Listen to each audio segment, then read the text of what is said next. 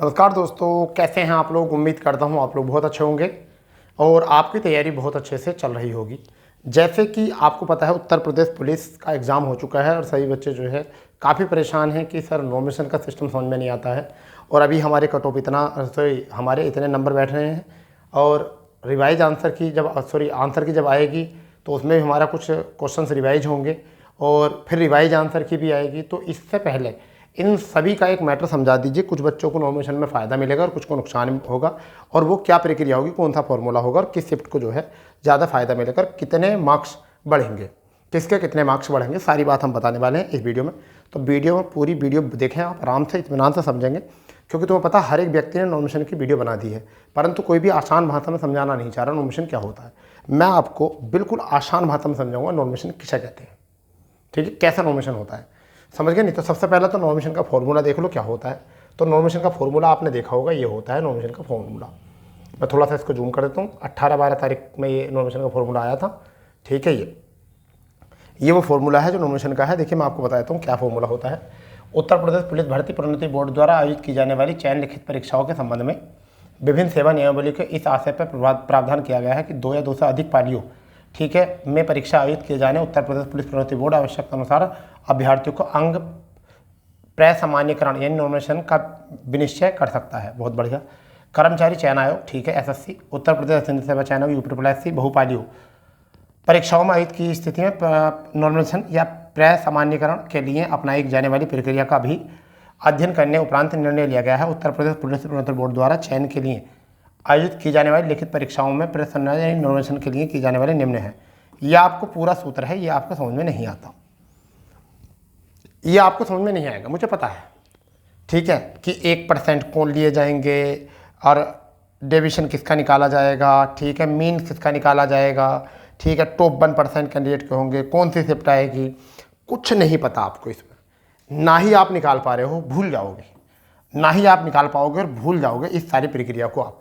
ये क्या फॉर्मूला है? तो ये फॉर्मूला तो यूपी यूपी पुलिस सभी भर्तियों के लिए इसी फॉर्मूले से काम कर दिया गया है, परंतु कैसे काम आएगा, ये कैसे निकालेंगे इसमें हमें कैसे पता चलेगा कि यहाँ नॉमिनेशन बढ़ेगा या यहाँ किसको मिलेगा नॉमिनेशन, क्या होता है नॉमिनेशन। तो देखिए बेटा, रेलवे भी इसी आधार पर करता है काम और भर्तियाँ भी करती हैं। तो मैं आपको यहाँ पर कुछ उदाहरण देकर बात करना चाह रहा हूँ।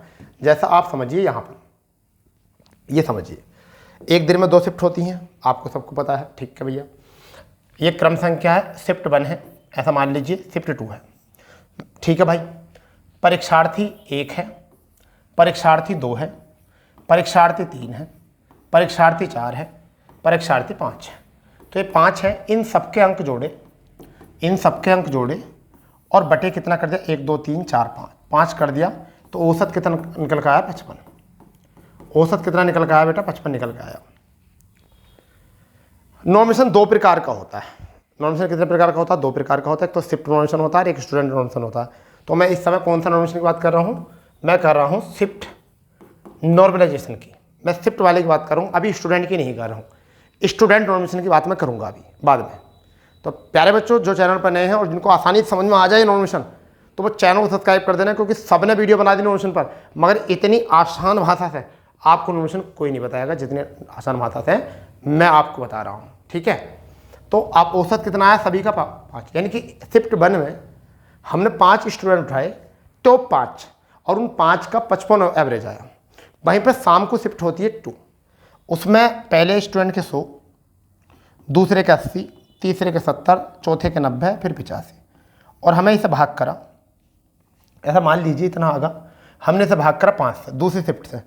एवरेज कितना आया? 85 का। एवरेज कितने का आया? 85 का आया। कितने का डिफरेंस है? कितने का डिफरेंस है बेटा? तो 30 का डिफरेंस है। 30 का डिफरेंस है, यहाँ जोड़ दीजिए, कितने हो गए? 90। यहाँ जोड़ दीजिए, कितने हो गए? 90। यहाँ जोड़ दीजिए, कितने हो गए? 75। यहाँ जोड़ दीजिए, कितने हो गए? 95। यहाँ जोड़ दीजिए, कितने हो चुके हैं? 85। जिसके शाम 85, इसके 85, 90 इसके 85, 95, 70, 75, 80, 90, 100, 90। तो समझिए यहाँ पर, अब मेरी बात समझिए, यहाँ पर नंबर क्या हुए हैं? घटे हैं। सॉरी, यहाँ नंबर बढ़े हैं, शाम वाले के हैं, तो यहाँ नंबर फिर भी शाम वाले के ज़्यादा हैं, यहाँ सुबह वाले के ज़्यादा हो गए और शाम वाले के कम हो गए। 80 रह गए। कितने रह गए? 80 रह गए। यहाँ पर 75 हो गए, शाम वाले के फिर भी 70 रह गए। यहाँ 95 हो गए सुबह वाले के और शाम वाले के कितने रह गए? 90 रह गए। यहाँ शाम वाले के सुबह वाले के 85 हो गए, शाम वाले के 85 हो गए। ये तो होती है शिफ्ट नॉर्मेशन। ऐसे करते हैं नॉर्मेशन को। पहले कुछ आधार से कुछ आसान तरीके से बताने की कोशिश करी है, ठीक है भैया, कुछ आसान तरीके से बताने की कोशिश की है। ये जो 30 का अंतर था वो उन्हें मिल गया क्योंकि ये शिफ्ट टफ थी। तो ऐसे ही जब शिफ्ट हार्ड होती है, तो कुछ कैंडिडेटों को लिया जाता है, शिफ्ट के टॉपर को लिया जाता है और उनका एवरेज निकाला जाता है। दूसरी शिफ्ट के टॉपरों को लिया जाता है, उनके एवरेज निकाला जाता है और जब देखा जाता है उनको बराबर करने के लिए ऐसी कोई प्रक्रिया होती है। ठीक है, चलिए बेटा आगे बात करते हैं। ये तो हो चुकी बात। इधर समझते हैं, बात वही कही है, यहाँ वही बात समझाई गई है। उम्मीदवार प्रश्न पत्रों के स्तर पर आधार पर अलग अलग शिफ्टों परीक्षाओं के अंकों के अंतर देखते सकते हैं। इसलिए हम पहली शिफ्ट का औसत अंक निकालेंगे तो 55 होगा, फिर हम दूसरी शिफ्ट का औसत करेंगे जो 85 अंक होगा। इस प्रकार शिफ्ट 1 और शिफ्ट 2 के औसत अंक 30 हैं। यदि हम पहली शिफ्ट में 30 अंकों को जोड़ते हैं तो नॉर्मेशन स्कोर 60-30-90 हो जाएगा, 50-30-80 हो जाएगा, 45-30-75 हो जाएगा, 65-30-95 हो जाएगा, 55-30-85 हो जाएगा, जो अब शिफ्ट 2 के अंकों के बराबर होगा। अब शिफ्ट 1 और शिफ्ट 2 के अंक बराबर होंगे। अब कोई नहीं कह सकता हमारी शिफ्ट टफ थी, हमारी शिफ्ट हार्ड थी या हमारी शिफ्ट ईजी थी। तो ये तो हो गया हमारा शिफ्ट नॉर्मेशन। इसे तो कहते हैं हम शिफ्ट नॉर्मलाइजेशन।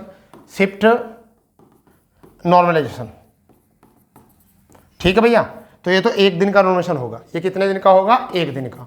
जब एक दिन का हम नॉर्मेशन निकाल लेंगे तो फिर हर दिन के टॉपर को लिया जाएगा।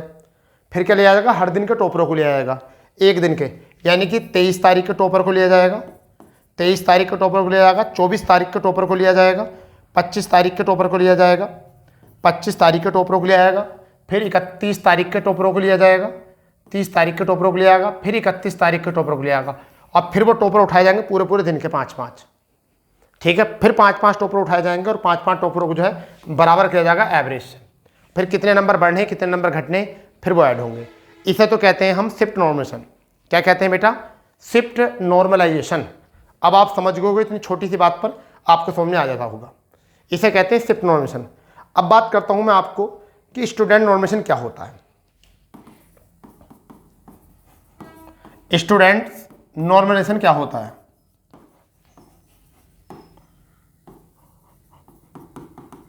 नॉर्मलाइजेशन क्या होता है? शिफ्ट। अब ये स्टूडेंट का, अब हमें शिफ्ट से कोई मतलब नहीं है। अब मान लेते हैं स्टूडेंट ए और स्टूडेंट बी। इस बच्चे ने 120% किए, इस बच्चे ने 120 किए, इस बच्चे ने जो है 130 किए, ऐसा मान के चलो। इसके 6 गलत हो गए, इसके 6 गलत हो गए, ठीक है भैया। तो 6 का 1.5 और 6 और 1.5 करो 7.5, इसके बच्चे 112.5, इसके 112.5 हो गए प्रश्न। ये प्रश्न आ गए इस बच्चे के 112.5। यहाँ इसके 12 गलत हो गए, 12 गलत हो गए, ठीक है। 2 ये और कटे, सॉरी 3, 15, इसके आए 115, इसके 115 प्रश्न आए, ठीक है भाई। तो इसके गलत होने का परसेंटेज कितना है? 6 का 120 और गुणा 100, 20 से 6 बार, 20 से 6 बार और 20 से 5 बार, 6 से 6, यानी कि 5% इसके गलत हो गए, यानी कि 95% एक्यूरेसी हो गई इसकी, 95% एक्यूरेसी हो गई। यहाँ इसके गलत कितने हुए? 12। कितने पर हुए? 13 पर, 130 पर, गुणा 100, 0 से 0, ठीक है। 120/13, 13 निमा 117, 13 निमा 117, ठीक है भैया। 3 बचा, 13 का ना 13, 13 दूनी 26, लगभग 92, यानी कि 9.2, लगभग ऐसा मान के चलिए 91 पॉइंट एक्यूरेसी इसकी है, ऐसा मान लीजिए। नहीं वैसे तो 91, लगभग 91 पॉइंट एक्यूरेसी है। इसकी 95% है, इसकी 91% है एक्यूरेसी, ठीक है भैया। इसकी 95% एक्यूरेसी, इसकी 91%। तो नंबर किसको मिलेंगे? अब वो नंबर मिलेंगे ए को। नंबर किसको मिलेंगे बेटा? वो ए को मिलेंगे। नंबर किसको मिलेंगे? ए को मिलेंगे। नंबर बी को नहीं मिलेंगे, बी को कम नंबर मिलेंगे, बी को कम नंबर मिलेंगे, ठीक है भाई। बी को कम नंबर मिलेंगे। इसे कहते हैं हम स्टूडेंट नॉर्मलाइजेशन। समझ गए आप? स्टूडेंट नॉमिनेशन क्या होता है। अब बात करते हैं हम इससे अलग। अब इससे अलग हम बात करते हैं 23 तारीख,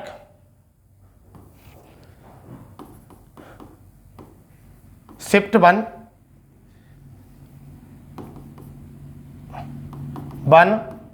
2। ठीक है भैया। 24, 25, 30 और 31। ये यहाँ पर शिफ्ट 1, ये क्या थी शिफ्ट 1, मैं कहूँगा ईजी टू मॉडरेट थी। यहाँ पर मॉडरेट थी, यहाँ ईजी थी और यहाँ पर मॉडरेट थी। यहाँ पर ईजी टू मॉडरेट थी, ठीक है, यहाँ मॉडरेट थी और यहाँ ईजी टू मॉडरेट थी। ठीक है। अब बात आती है 30 तारीख में, यहाँ ईजी शिफ्ट होगी, ये भी ईजी शिफ्ट होगी, ये भी ईजी शिफ्ट थी, ये ईजी टू मॉडरेट शिफ्ट थी। ठीक है, ये भी थोड़ी सी मॉडरेट कह सकता हूँ, ईजी टू मॉडरेट कह, नहीं ऐसा तो नहीं कहूँगा, ईजी टू मॉडरेट इसे कहूँगा, ईजी टू मॉडरेट, ये हो गई शिफ्ट। ठीक है भैया। तो अब क्या होगा इसमें, बेनिफिट किसको होगा, इस वाली शिफ्ट में किसको बेनिफिट होगा। देखो दोनों शिफ्टों में तो इसको बेनिफिट होगा, ठीक है, इसको बेनिफिट होगा, यहाँ दोनों को बेनिफिट होगा थोड़ा थोड़ा, किन के अनुसार, इनके अनुसार। यहाँ पर बेनिफिट बहुत कम होगा, कम। तो ऐसा मान के चलिए पिछली बार भी नॉमिनेशन स्कोर जो हुआ था 20-20, 22-22 नंबर का हुआ था, तो यहाँ इतना तो देखने नहीं मिलेगा, मगर 10 से 12 नंबर का यहाँ पर पड़ेगा, यहाँ भी 10 से 12 नंबर का प्रभाव देखने मिलेगा, यहाँ 8 से 10 का देखने मिलेगा, 8 से 10 नंबर का प्रभाव देखने मिलेगा। परंतु यहाँ पर जो है आपको 6 से 7 नंबर का प्रभाव देखने मिल सकता है और यहाँ पर 2 से 3 से 4 नंबर का ये प्रभाव देखने मिल सकता है नॉमिनेशन में, ये नॉमिनेशन में प्रभाव देख सकता है। मगर और जो है वो समीकरण रहे कि बोर्ड के समीकरण क्या होंगे, किस तरीके से होंगे, तो इतना उतार चढ़ाव देखने मिल सकता है आपको अपने नंबरों में। ठीक है, तो जो कट ऑफ आई थी उसके अनुसार और क्या है, और आंसर की पर आने पता चलेगा, जो भी आंसर की आएगी। ठीक है भैया, आंसर की जब आएगी ऑफिशियल जब आंसर की आएगी और सारी बातें उस पर पता चलेंगी। फिलहाल में अभी जो है नॉमिनेशन इस तरीके से हो सकता है, इन शिफ्ट को फ़ायदा हो सकता है और ज़्यादा फ़ायदा होगा नहीं।